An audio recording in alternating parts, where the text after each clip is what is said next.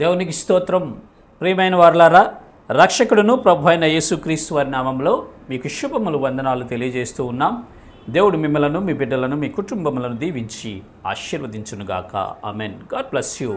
దేవునికి స్తోత్రం. హల్లెలూయా. ప్రియమైన దేవుని పిల్లలారా, దేవుడు కృపాక్షమాపణలు గల దేవుడు.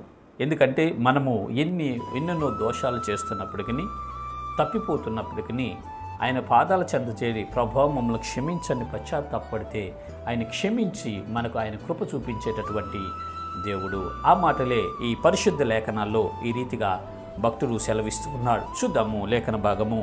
నెహెమ్యా గ్రంథము 9వ అధ్యాయము 17వ వచనము చివరి 3వ లైన్ నుంచి మనం చూస్తే, అయితే నీవు క్షమించుటకు సిద్ధమైన దేవుడవు.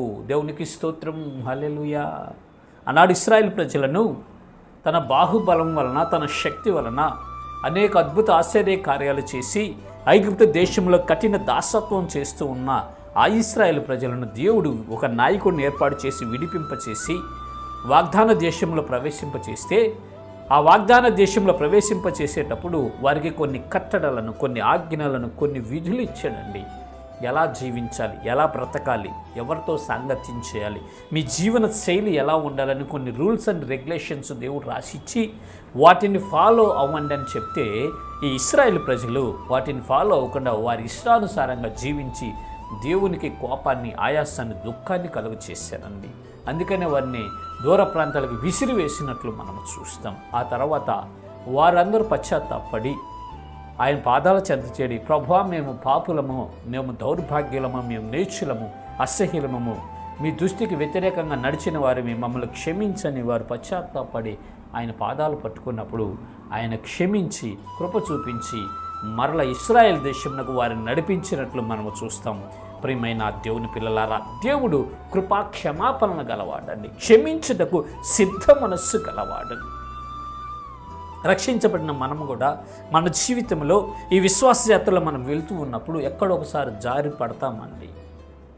వెంటనే మనం లేచి, అయ్యాం సారీ, నన్ను క్షమించండి ప్రభువా, ఇదిగో ఈ చూపుల వల్ల నేను తప్పిపోయాను, ఈ మాటల వల్ల నేను తప్పిపోయాను, ఈ ఆలోచన వల్ల నేను తప్పిపోయాను, ఈ తలంపుల వల్ల, ఈ క్రియల వల్ల నేను మీ దృష్టికి ఆయాసకరంగా బ్రతికాను, పాపము చేశాను ప్రభువా, నన్ను మన్నించండి, నన్ను క్షమించండి, మీ పరిశుద్ధ రక్తముతో మమ్మల్ని కడిగి పవిత్రపరచండి అని ఏ మనుష్యుడైతే పశ్చాత్తాపం కలిగి ఆయనను వేడుకుంటారో ఆయన క్షమించుటకు సిద్ధ మనస్సు కలిగిన వాడండి. మన దేవుడు క్షమించుటకు సిద్ధ మనస్సు కలిగిన వాడు. ప్రియమైన ప్రజలరా, దయచేసి గమనించండి. ఒకవేళ నువ్వు ఏదైనా పాపంలో పడి ఉన్నవేమో, అపరాధంలో నువ్వు పడి ఉన్నవేమో, శరీర దౌర్బల్యం వలన, శరీరాశ, నేత్రాశ, జీవపు డంభముల వలన నీవు చిక్కుబడిపోయి దేవునికి దూరం అయిపోయేవేమో, సహోదరుడా, సహోదరి, ఈ దినాన దేవుని సన్నిధిలోకి వెళ్ళి పశ్చాత్తాపడి మోకరించి ప్రార్థన చేయండి. కన్నీటితో ఆయన వేడుకునండి.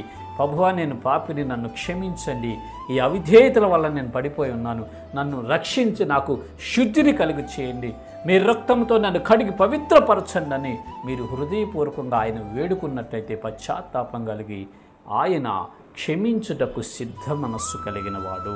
క్షమించుటకు సిద్ధ మనసు గల దేవుణ్ణి మనం కలిగి ఉన్నాం. కాబట్టి ప్రియమైన దేవుని పిల్లరా, నువ్వేదైనా అపరాధంలో ఉంటే, నువ్వేదైనా పాపంలో ఉంటే, నువ్వేదైనా అతిక్రమంలో ఉంటే, నువ్వేదైనా అపవిత్రతలు పడి ఉంటే, సహోదరుడా, సహోదరి, ఇప్పుడే ఈ క్షణమే దేవుని అడగండి.